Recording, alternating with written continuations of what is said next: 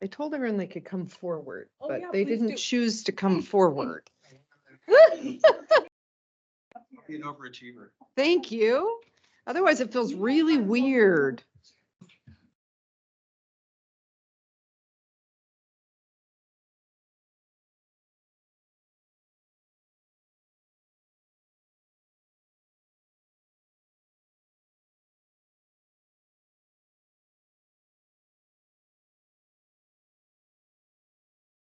Please do. Was that me? Yeah, you. Oh, right here? Yeah, you and Jeff. Oh, my Yeah. God. Sorry, Jeff. Now we're in Keep moving up in the world. First time talking about.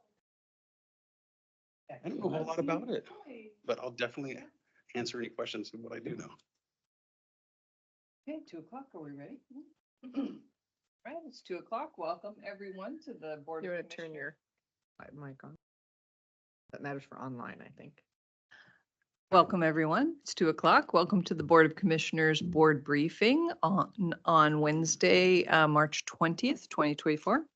And we will jump right into our first topic, which is the radio poll results. Yes, this is exciting.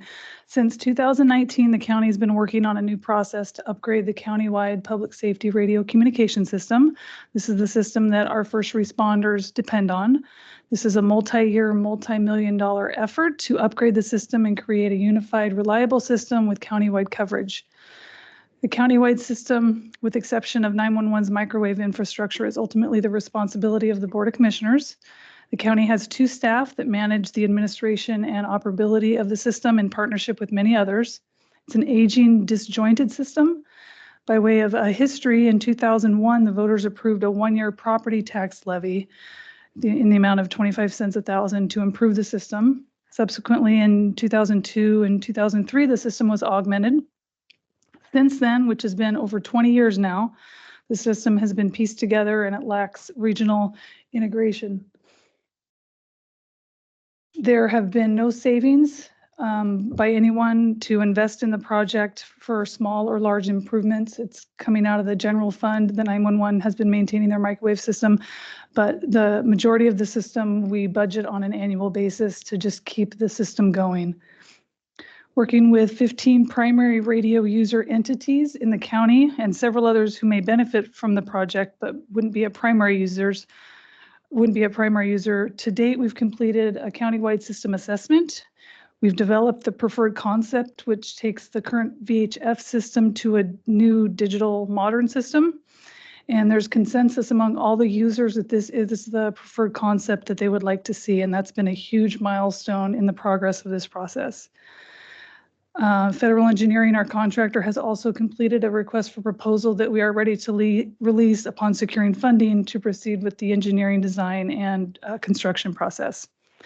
So our next steps are to secure funding, advertise that RFP and proceed with design and construction, and be forward thinking and strategic about future long-term maintenance and replacement needs. The cost for engineering and construction is $27 million. Thus far, we've secured a $2 million federal appropriation that will go towards that $27 million. Staff continues to seek funding opportunities. We've pursued over 15 different sources, and there's only a few that are turning out to be any real option, and even those are very small pots of money, a couple $100,000. But we'll continue to look through sources, seek sources, and continue to lobby our state and federal legislators. In the meantime, coverage and maintenance issues are only getting worse, and this continues to put our first responders and those that they're serving at risk. The county's only other viable option is a general obligation bond. Following a bond analysis last year, the board initiated discussions to consider a $25 million general obligation bond to put before the voters on the November 24 ballot. To aid in the board's decision-making, in January, the county hired Patinkin Research Strategies to research the public's knowledge and interest in supporting a bond to upgrade the system. And today with us is Ben to present the research that he conducted earlier this year. Ben, I'll kick it over to you. All right. Thank you all for having me here virtually today. Let me share my screen here. Let's share on Teams. There it is.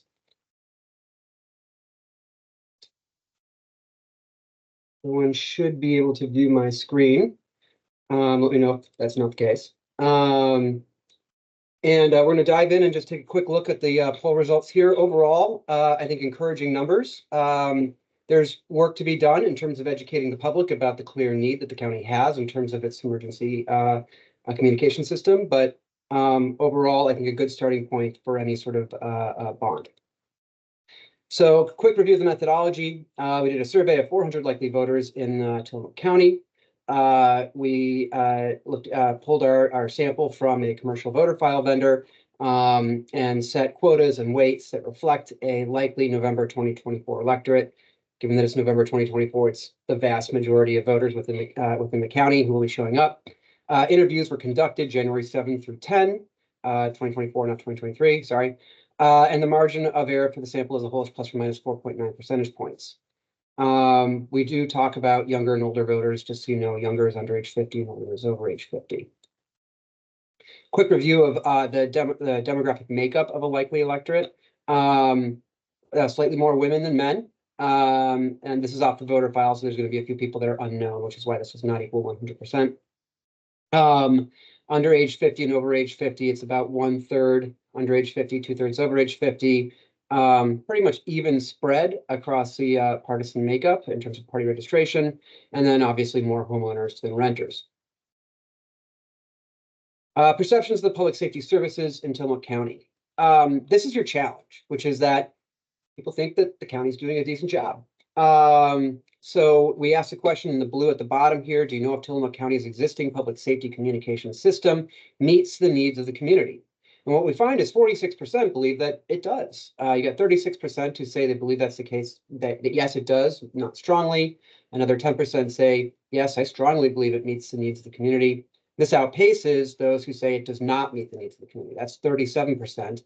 Again, most people falling in that sort of like soft category, 31% saying, no, it doesn't, but I don't feel strongly about it. Only 6% who really firmly believe it does not meet the needs of the community. And this perception impacts vote choice. You can see it on the right-hand side here. Those who say, no, it does not meet the community, they are far more likely to vote yes on the bond than those who say it meets the needs of the community. They are far less to vote likely to vote yes on the bond, at 68% who say they're going to vote no, compared to 45% of voters who say that they're going to vote yes, and also say that it does not meet the needs. And here's the other piece. Your emergency responders are also well liked. Fire departments, when we ask the question, how satisfied are you with the quality of service provided by fire departments across the county? 75% said they are net satisfied. It's a combination of very satisfied and somewhat satisfied. These are extremely good numbers for any sort of public service provider. Emergency medical services, that's at 74% satisfied. And then law enforcement at 72% satisfied. So no matter how you look at this in terms of what we asked in the survey, there is a clear indication here that voters are happy with where things are at. And as we're trying to get them to understand the need to go from analog to digital for our communication systems, there's clearly an education component that needs to be addressed over the course of the next few months until November. Excuse me. So where do we start?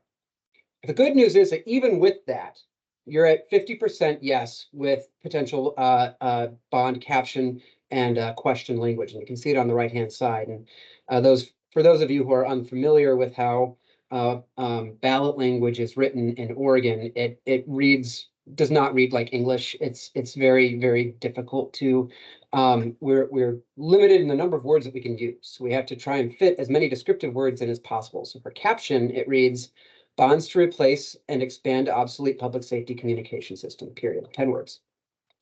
Questions are limited to 20 words, so it reads, shall county replace and expand coverage of obsolete public safety communication system for first responders, issue $25 million in bonds. So again, you get to 50% with that language, 50% yes, 28% no, 22% undecided. A lot of soft opinion. Only 18% say they're going to vote yes strongly. Only 11% say no strongly. Most 32%, that's where the plurality is, are saying, I'm going to vote yes, but I don't feel strongly about it. So again, there's an education component as we move forward. These people can move one way or the other, depending on how they, the information that they receive about any potential bond. We then went in and provided a plain language explanation of what this would entail. And I'll read through it so that you all don't have to. It goes, let me tell you a little more about the Public Safety Communication System bond that could be on the ballot this November. This bond will replace the county's obsolete public safety communication system that sheriff's deputies, police, firefighters, EMTs, and other first responders use to communicate with 911 dispatchers in an emergency. The current system lacks reliable overall countywide coverage, with certain areas having little to no coverage at all. The outdated technology and gaps in coverage mean that while residents can still call 911 and speak to someone, the dispatcher could potentially be unable to send emergency responders where they are needed or be unable to remain in contact with first responders in the field. It will cost the average homeowner 35 cents per $1,000 of assessed value or $35 per $100,000 of taxable assessed value to upgrade the county's public safety communication system. Having heard this, if the election were held today, would you vote yes or no? So when we provide sort of like what you're buying and what the cost is, we do see some movement. We go from 50% yes to 54% yes. No numbers stay held pretty steady at around 3 and 10, so it goes from 28 to 30. All of this is coming out of the undecided column, which makes sense. They get a little bit more information. They feel more comfortable in making a decision about which way they want to go. And so we see the intensity of feeling grow for the yes side. We also see no real growth in the intensity of opposition. Overall, this is a nice finding. We can start moving the needle when we start educating about the need. And we have a lot of really good spokespersons that we can tap into in order to help make the case and educate the public about the need. So when we ask folks, of all these groups, how much do you trust them to tell you a little bit more about the need for replacing Tillamook County's public safety communication system? At the top of the list are EMTs and firefighters. This is on a scale. This is, how much do you trust them? Trust a great deal, some, not too much or not at all. That we're looking at the great deal numbers here in the bar graph, and we see the net on the right-hand side. But you have around just over 4 in 10 saying both EMTs and firefighters are people that they would trust a great deal on this. The net gets to 80%, which functions as nearly everyone when you're looking at public opinion research. But that's not to say that sheriff's deputies, local small businesses, senior organizations, public police officers, and the chamber are also decent spokespersons. They all get, in terms of the net on the right-hand side, around 2/3 or more who say they are at least, somewhat trusted as spokespersons about this issue. So a lot of good folks to deliver information to voters about, again, that pressing need. We had a tiny little, 5 seconds on an elevator to explain why this is important. This is sort of the pitch that I would give. Passing this bond measure will help save lives by ensuring our emergency responders can rely on an up-to-date public safety communication system anywhere in the county, helping them do their jobs, keeping our communities safe. Straightforward, leans into the purpose of all this, saving some lives, talking about the people who help do that, emergency responders. We know they're well trusted, we know they're well liked, and then talking about the why, because we need to update this safety system to help those first responders do their jobs to help keep us safe. And here's the deal. When we provide sort of additional information, additional messaging, we again can move that needle, going from that second ask that we talked about earlier, where we did that summary response, we got to 54%. Providing more information brings it up to 58%. So, and you also see the opposition holding fairly steady, a little bit of growth, going up to just under 1/3. But suffice to say, we can increase more yes than no. And people are willing to hear you out when it comes to the need behind this bond and this communication system upgrade. And so with that, that's my final slide. I'm happy to turn it back to you all. Thank you, Ben. Are there any Do you wanna- questions? Yeah. No, this was just an opportunity to present the results in public and give anyone an opportunity to comment or provide feedback and allow the board continued discussion on it. Terrific. Thank you. Commissioners? We had the opportunity to see this previously, and it was good news then, and it's good news now. So you know, this is definitely one of those pieces that has been talked about long before I was a commissioner, and exciting to think about moving it forward. You know, the thought of a catastrophic radio collapse is one we just don't want to think about. So it's still working. Let's fix it while that's still the case. Right, Ruben? Yes, ma'am. Thank you. Commissioner? Well, I'm very interested in this as well, and I did see that, and I've also read the two reports here. I put them in a binder incidentally. We've got the two that were done by federal engineering, and I've read them and reread them and beginning to understand the system here better than I did. I also spent some time with these gentlemen, including Ruben, who is by all accounts the brains of the outfit in terms of keeping it going technically. But it's very obvious that this system has significant deficiencies and it's out of date. And as I've been going around to the cities, I've been mentioning that this is on the horizon and that we're going to need to deal with this. And I was at, I guess, with Garibaldi the other night, and I start by, when I get to this subject, I would say, ask the city council and a few others, how many of you have the TV in your home that you had 20 years ago? And one lady said she did, but it was actually not working and out on the back porch. But the point being, you know, most people now have something similar to this because they're relatively inexpensive and times have changed and things are digital. What we have is the analog system. And I'm not an electrical engineer, but I do have an extra class ham license like these two gentlemen do. So I can at least talk the language and I know how the system works. I've been up to Mount Hebo some time back. I haven't been out to the other sites, but it's very clear to me that this system needs to be corrected. And I'll give one anecdote that I would like to make as a poster child, for lack of a better term. After the meeting the other night in Garibaldi, and most of the cities now are putting one of the sheriff's deputies or maybe a city police if they're there as a presence during the meeting, which probably is a good idea these days. But anyway, so I made my remarks and stepped outside to go home. And he caught up with me, and he's one of our deputies, Deputy Waters. He was involved with a fatal shooting a year ago up in Rockaway. If you remember, there was a bit of a standoff and guns were drawn and someone went the wrong direction and he was shot and killed by one of our deputies. And that was the man who did it. And what he told me, and we talked for 45 minutes or so, that as soon as he realized that it was a difficult situation and guns were out and no telling what was the next move, he radioed for help. Unfortunately, the radio transmission was garbled. And this is from in Garibaldi. And so those who were coming, which was more officers, including, I believe, the state police and the county sheriff, and they were running code 3, lights and siren and all that. They understood him to say that this individual was in custody. So they turned off their lights and sirens and slowed down a bit, you know, to be safer during travel. But they didn't realize that human lives were at stake and guns were out. Mm. And so he came to tell me that after I had talked about this, and I said, I'm going to need you to accompany me or one of us as we go around the county and or at least make this in the proper format and maybe remove names and so on.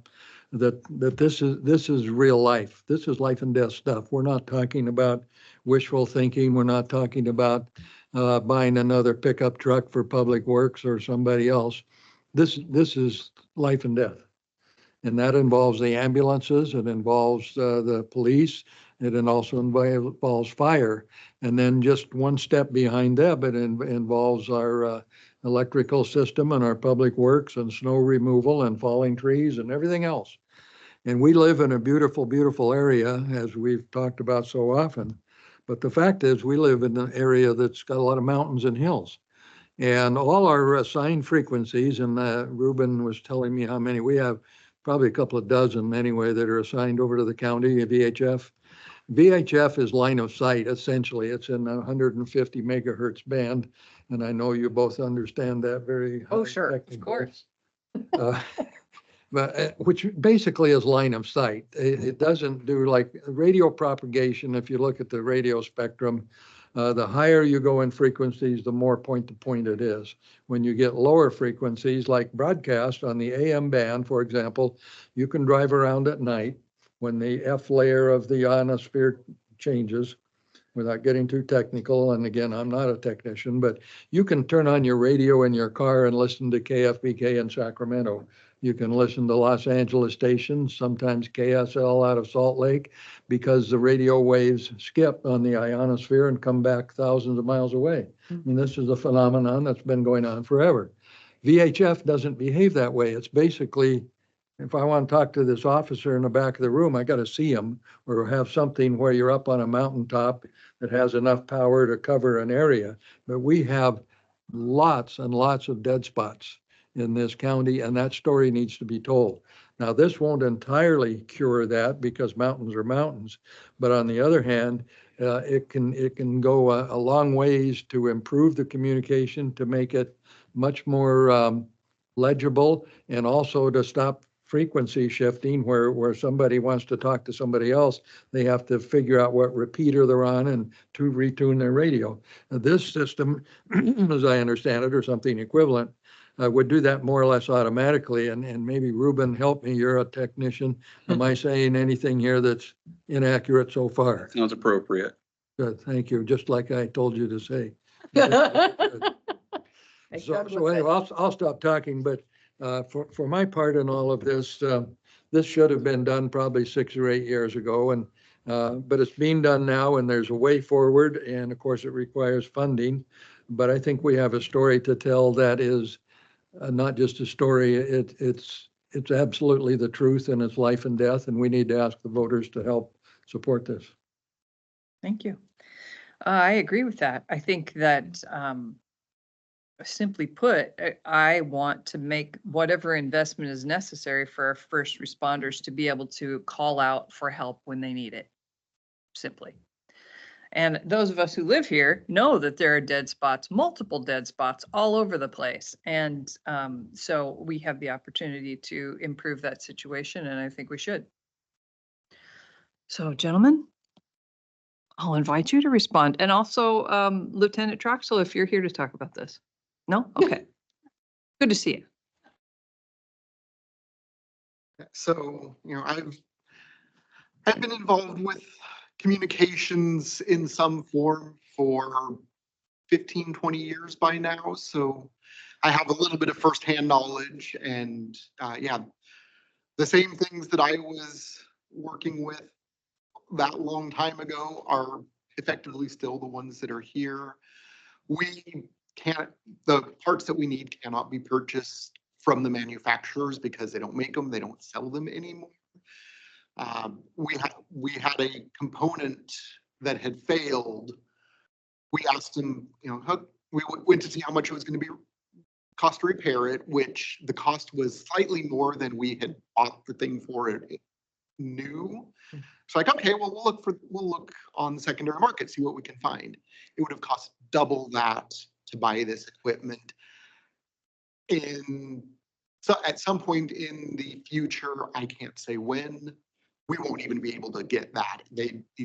This equipment just will not exist for us to obtain. So this truly is, we need to get something in while we still have the ability to keep this system going and functional. So that's my concern. Thank you.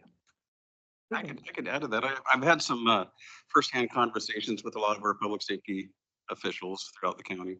Having been one myself for nearly 3 decades here, I've been a user and abuser of the system over the years. And a number of dead spots, like you were saying, a lot of concern about people calling for assistance and not getting it. We're looking at stopgaps to fill those voids unless this does happen, because it is a huge safety concern, of course. We also have those regional areas like Tierra Del Mar. It just falls off the face of the earth as soon as you get there. It's just a write-off pretty much. Here a number of years ago, I think it was 2019, the radio responder coverage code actually went into effect nationwide, which was for like big buildings, adding repeaters for first responders, et cetera, et cetera. During the end of my career, we were just starting to see that push, like Fred Myers had installed when there were some other facilities that were starting to implement and support first responders because we have a lack of coverage, go figure. And that's a national thing. It's not just localized to Tillamook, but geographically, we have our own issues with a lot of shadows, et cetera, et cetera. I know that a lot of our repeaters are TKR 740s, which from all counts is about 2002. So we're a couple of decades running on those, and Yeah. and it is getting hard to find parts to repair those. So we're at the cusp now too, where some of our neighbors just recently have had some correspondence with like Polk County, where they're starting to go digital. They're going to start leaving us behind, and so for interoperability, to keep up with our neighbors, we're not there. I know I think some of the fire departments have digital radios and technology. The sheriff's office fleet, I believe, is all analog currently. I think they're just starting to get into some of the digital radio age handhelds, maybe like a couple of models, but we're definitely a few decades behind. I was here during the Owen project, early 2000s. We had vast improvements. P25 radios really came into place. We had the digital technology available to us, but just not the infrastructure to support it. And that was in 2004 when we, in countywide, we'd received those radios, but like I said, the actual infrastructure support that just hasn't been here. I could keep going. There's World War II Connex boxes. Anyway, Thank you, Ruben. Yeah. Well, in terms of the radio poll results, that is interesting, not surprising, valuable information. I think the challenge, as Ben pointed out, will be for folks who don't know yet or are not convinced that that the system we have now is not adequate. And I think it's a reasonable assumption for people to make, like, well, whatever you're doing is working now, right? So why do we need a bond to do something different? So that'll be the challenge to us, is to provide that public education. And it's interesting to me to think about how to provide that public education without pointing out all of the places where our first responders are actually unsafe, because I don't think we want to advertise that. So that's an additional challenge.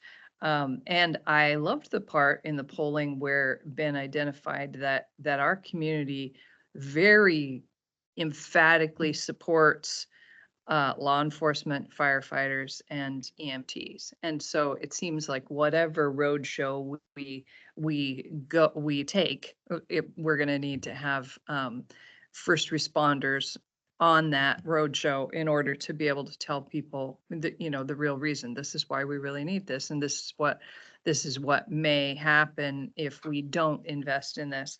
And I really appreciated your story, Doug, about that fatal shooting. I had not heard that story. It's very impactful. Well, it was a successful shooting. They killed the guy. It was an unsuccessful backup and safety measure is Right. really what it was. And yeah, so you said, and when someone in a uniform tells you that story, you're just riveted. Yeah. Yeah. This is real thing. This is the real thing. Yeah. Yeah. I had not heard that radio communication was garbled and that the backup didn't know. So that is disturbing. So where would you like to go from here, Rachel? Well, if the board is prepared to discuss this today, I'd request support to proceed with Commissioner Olson on releasing a request for proposal to hire a marketing campaign and start the process. The filing deadline is in August for the November ballot. So we have time, but we need to keep the momentum moving. And just consensus? You just need Yeah, consensus? you'll see the contract and more decisions coming before you, but yeah, looking Okay. for support to continue moving forward. My support. Yeah, I would support as well.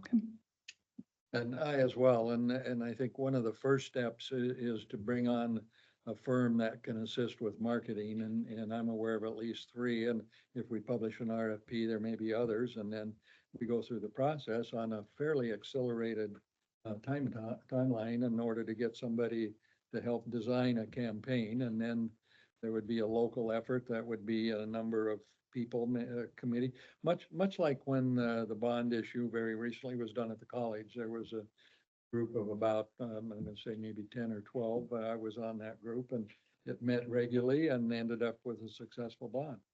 And I think it can be done again. My view on the voters in Philomath County, they have been very, very supportive of financial issues in recent years. There's been several school bonds passed. The college building was successful, the North County Recreation District, and a number of others. The fire district in South County was renewed for another 5-year period. So I believe people will support this, particularly because but fire and police have a higher success rate than others. But if they hear the truth and they understand it, and I really believe they will support it, given the facts and the understanding it and an opportunity to ask questions and come into the education process, I guess we could say. So I'm optimistic that it can happen, but it takes these steps, and then there's other things internally. Who does this? Where does the money come from? And what can the county do on its side? And then what could be done separately to advocate? And, there's lots of moving parts, but it's not the first time this has happened. This has been done with some frequency, with considerable success in recent years. Thank you. And Rachel, where will we be paying for the consultant from? Remind me, I know that we've talked about it, but. Sorry, I thought I was done talking. I put a cough drop Sorry, in. in light of the budget conversations that we're all having. So, two initial options. We have ARPA money. Mhm. So I've allocated $100,000 in ARPA, looking for the board's support on that. And I think we've talked about that before. And then, I have a verbal commitment from a private donor for $100,000 as well. There's some pieces we're working through on that. So I don't know the timing of when that's going to realize. It may be funding that actually goes towards the construction of the project. So we have ARPA money, and then Doug and I have talked about some potential campaign donors that we could be soliciting. And so we've already started looking at that, but hoping this doesn't have to come from the general fund. Thank you. Although at the end of the day, it might have to, but we're hoping it doesn't. Great. Okay. Anything else we want to say on this subject? Thank you for being here. Ruben, nice to have you for our first presentation Thanks for having me. formally from you. Thank you. Thank you, Ben. Thank you, Ben. Thanks, Ben. Thank you all. Have a good day. Okay. Well, Sean, I assume we are not Yeah. ready. You have Move warmed on up to the yours. chair. Oh, so we're waiting until 3 o'clock for our.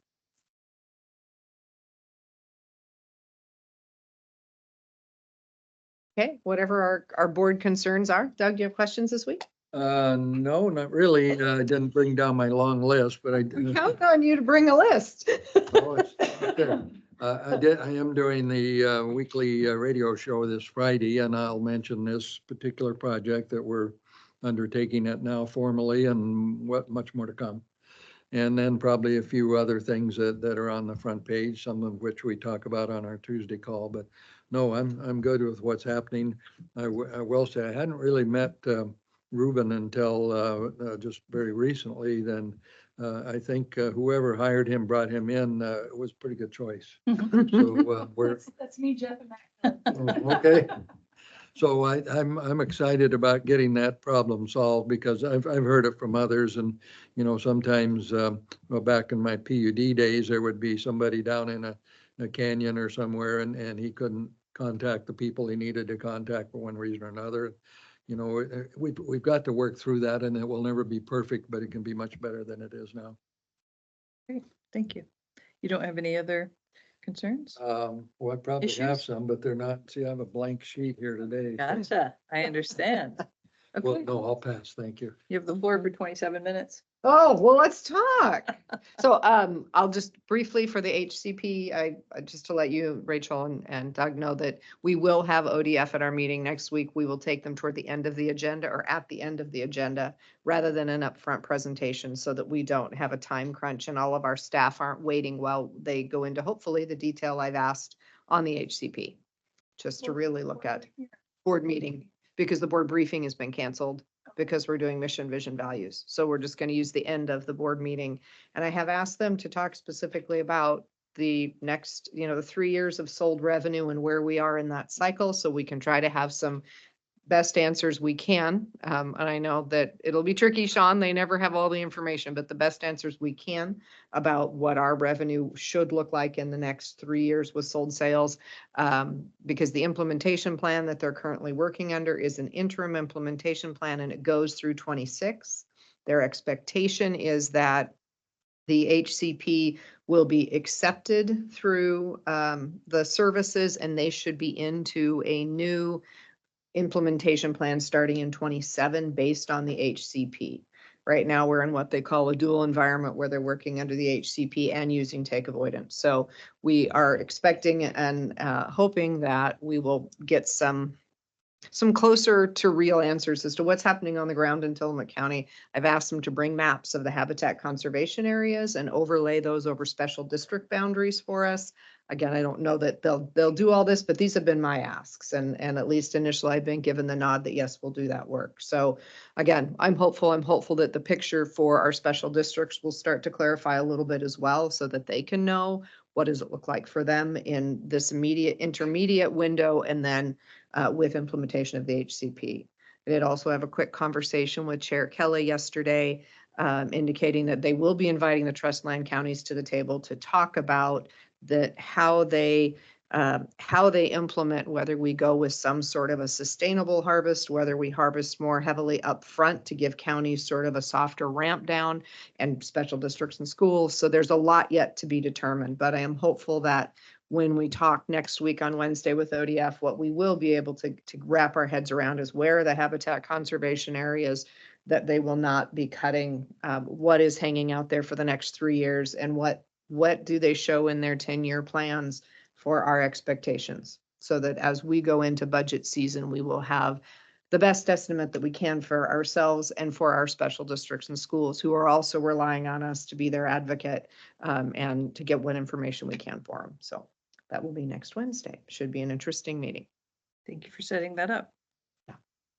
So we're hopeful. Anything else you want to talk about? Gosh, I don't know what else is going on. We all came ready to do these 2 topics because they seemed big. Well, I I can announce to our general leadership, whomever's listening, that we are prepared to make an offer to a candidate for Parks Director. So maybe that's happening today. That's been a long process. I've been the interim director since October. So we're hopeful we'll get somebody as early May. So that's very exciting. And I just want to thank all of our leadership who have participated in helping me, and people in the room helping me while I've been trying to keep the wheels on the Parks bus, and also everybody who helped in the recruitment process, which was really very good. And so that's encouraging. So keep your fingers crossed for us. I don't know what else. Dug up to get his list. Yeah, I think I want to just talk for a minute about Ron Wyden's town hall, because it was outstanding, and all 3 of us were there. Yeah. And they asked me to be the MC, so I did that. It was an easy job, mostly just reading numbers. And what was so impressive to me about it is that there were a number of significant local issues that came up there. Like there were a whole bunch of people in the room who were either being displaced by the closure of US Renal, the local dialysis clinic. They're being displaced and they're going to have to go elsewhere for dialysis, or their family members and loved ones. So there was a whole block of those folks there. And Senator Wyden was so responsive, and he agreed to personally take on the issue of getting US Renal to do what they said they would do for those patients. And he assigned one of his staff members to meet with those people for a lengthy visit and gather information. After the meeting, they were all still talking when I left. He also took on the issue of a local veteran who is receiving terrible services through the VA medical. And he said he was going to intervene personally on behalf of that veteran, which I really appreciated. And he personally took on the issue of, there was a nurse, an RN in the room, who talked about that 10,000 nurses had gone to Washington DC, and that not one of their legislators came out and talked to them when they were marching. And Senator Wyden said, well, for one thing, I didn't know about it, but also I apologize. I apologize for myself and for my colleagues, and we should have been there. I wish I'd known. And so he offered to personally work with this nurse. He said, you know, if you come up with 3 issues that you want to work on with me, I will personally work with you on, you prioritize your issues. I will personally work with you on these 3 issues. And it was just such a great example of leadership and problem solving. And he was, you know, he's doing this all over his district. And every year he has a town hall in every single county. And it was just very moving. And I didn't go there expecting to be moved, but I really was. So I wondered what you two thought about it. Well, first of all, you can agree with the senator or disagree, but you have to give him high marks for showing up. He does, as you just heard, he does show up. I've been to several of his town halls. I've also been in his office in Washington, D.C. a few times, and he's there. He's very personable. I don't personally agree with everything he has supported, but he does listen, and his staff listens. And I've never had somebody say to me, well, you can't come and talk to us, or you're not, he may not be available, but somebody will be. And the fact that he goes out and shakes hands and talks with people, and it's, as Commissioner just said, it's not baby kissing and handshaking. He's not running for anything this year. He's out there genuinely listening to people, and I really believe him, because I've seen some of the things that he and his staff have done, and they've been, for the most part, very good for Oregon, and he does what he's supposed to do, which is sort of bring home the bacon, but not only that, but represent the people. And like you just heard, when somebody has a personal, almost life and death, he can take that on and he can do some good. But I'm thinking, since he's the chair of the Senate Finance Committee, which is, he's probably number 6 or 7 in seniority back there, I'm not sure. But when he calls up one of these agency directors back there and says something, my guess is they call him back the same day and stuff gets done. Much like I remember what was representative down in Eugene. I can't even say his name now, for goodness sakes, but he was there in Congress for 30 plus years. Anyway, he was in charge from the legislative side of the same thing that Mr. Buttigieg has now, the transportation side of things. And I heard somebody, this is just sort of an anecdote, but it's parallel to what we're talking about. The trouble we're having now with airplanes, with parts falling off as they fly around the countryside, this one individual, who I believe was an airline executive, he said if Representative, I can't say his name, if he was back in where he was a year ago in charge of the transportation system in America, he would have had those people in his office the following morning and read the Riot Act. And so seniority does count, and people in Congress can do things provided you get their attention. And so long story going around, but Senator Wyden, in my experience over the years, is he listens about as well as anyone I've ever met back there, and our people that we send back there. He truly does acknowledge people, and my guess is that he may not solve these problems perfectly, but this is not the last of it. If I were in trouble and I needed some federal help, I would go to his office and say, Senator, can you do something about this? And I think he would. Thank you. Yeah, I agree. I think he's been very effective for us. When I was back in DC for the NACO conference, we had the opportunity to go and visit with him, and he made time for the Oregon delegation, and we each had time to talk a little bit about, our areas of concern. And I had brought up the dialysis center to him at that point, as well as the housing tax credits and just some other things that were important. And in each thing that you bring up, he always is able to say, let me just stop you for a minute. Let me make sure I've heard you, which is a really valuable thing.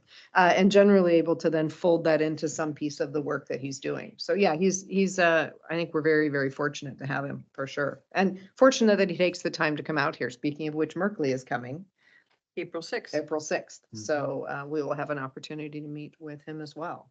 So, yeah, so we're fortunate, I think in a lot of big cities and larger communities, you don't get that kind of access to your senators or your representatives. I mean, Congresswoman Bonamici's been here and visited with us a couple of times already and called me a couple of other times when things were going on when I was in the chair seat. And we're really very, very fortunate that we have representatives who actually know our communities, know our issues, and respond as such. Bonamici jumped in on the BIOP immediately, once she got moved into our area. So yeah, we're very fortunate. Agreed. Peter DeFazio. That's There what you was said. go. Oh, There you go. Into my head. Well, do we have anything else we want to talk about right now, or do we want to take a little break? I would mention one more thing, Chair. A couple of us, including Commissioner Scar, were at the Creamery Association annual meeting Saturday night, following the session with the senator. And I had never gone to one of those meetings before, and there were, I don't know how many, 300 people there or something, lots of families, youngsters, and Little kiddos. basically a good share of our dairy industry. And there was a presentation that went on, and the more I listened, I don't think we appreciate what we have in our backyard. We've got a major, and it's not a corporation, it's a co-op. But they now are basically in virtually every supermarket in America. You can walk down the aisle and you'll see cheese here and maybe some ice cream and they've done a superb job. And as if I remember the numbers, and Commissioner Scar can correct me, they've increased sales by $400 million over the past 5 or 6 years. And that was during a time when, during COVID, when things changed in America, but they pressed on. They're in the big ones now. They call them the big five, like Costco and Kroger and all of those, and Walmart. And, and that all originates right here in Little Tillamook. And we've got products coming out of here that are in every grocery store in America. My guess is at the next meeting, they'll say, well, we just got into the London, England market, and now we're headed towards Switzerland, or I don't know what they're going to do. But it's an absolutely amazing organization, and there's so many qualified people working here and earning a pretty good living, and right here, a mile from where we are. It is impressive. I agree. And I've told you before, my brother lives on a remote island in Alaska. Yeah. They have Tillamook goods in that little grocery store. One little grocery store, Tillamook cheese, Tillamook yogurt. Yeah. I think they are international in some commissaries on military bases. I've heard that before as well, that people, in other parts of the world on a commissary have found their product. So Nice. no, it was interesting. They talked about how they get their products to market because they have a suite of 4 new chocolate ice creams. And they talked about everything from, creating the idea all the way through creating the product, sampling the product, getting it to work, and then taking it and selling it basically to those different big five that Doug was talking about, how they have to go. And there's a certain time of year when you come and you pitch your new products and you have to sell them on the product and on the fact that you can keep it on the shelves, that you will be able to fulfill, the order, and that people will really want it, that you match their brand. So it was really interesting. I don't think about that stuff. I'm not a business major. I'm not, I don't know, they make ice cream, people like it, it goes to the store. But so it was just interesting to have their business-minded folks walk through that whole process. And they do it every year. They're constantly looking for what is going to be the next new thing and how will they grow that market. And it was interesting because they were talking about how the cost of milk and the production of milk at this point, the costs have gone up so high and the commodity price down so low that it's amazing that our dairies are still able to make it. And a lot of that is new technology, how we care for our animals, how we do our milk production, all of that. But also it is to that point Doug was talking about, the value add of the creamery, makes this work. Otherwise, dairies the size of ours here in Tillamook County probably wouldn't still be here. They wouldn't make it. It's just too hard to get that return on investment because of the costs, and you don't have the economy of scale. But with the increased product value that comes through TCCA's products, it makes the difference. So yeah, Yeah, pretty cool. that is cool. Yeah, it's really fun if you get invited. You should come. Yeah. Yeah, I recently talked to a local farmer who was telling me that he has 650 cows, that were he not part of the co-op, he couldn't make it work Yeah. with 650 cows, that now the way the model is elsewhere in the country, people have to have vast farms of 2,000 or more cows in order to make it. But here, our farmers can still make it in smaller numbers because of the co-op. They had a graphic, and I can't remember, Doug, maybe you can remember, they talked, going back to the 80s, how much milk in the market came from farms of each size. And you absolutely can see that mega farm number is growing. It's like 61% of milk across the nation or something comes from mega farms now, which are, I think, 5,000 cows and above or something, really huge number. So yeah, we're definitely in that small slice. Welcome. So as you perhaps can tell, we're just, talking. We're talking because we had a topic at 2 o'clock that we thought might take an hour, but it didn't take an hour.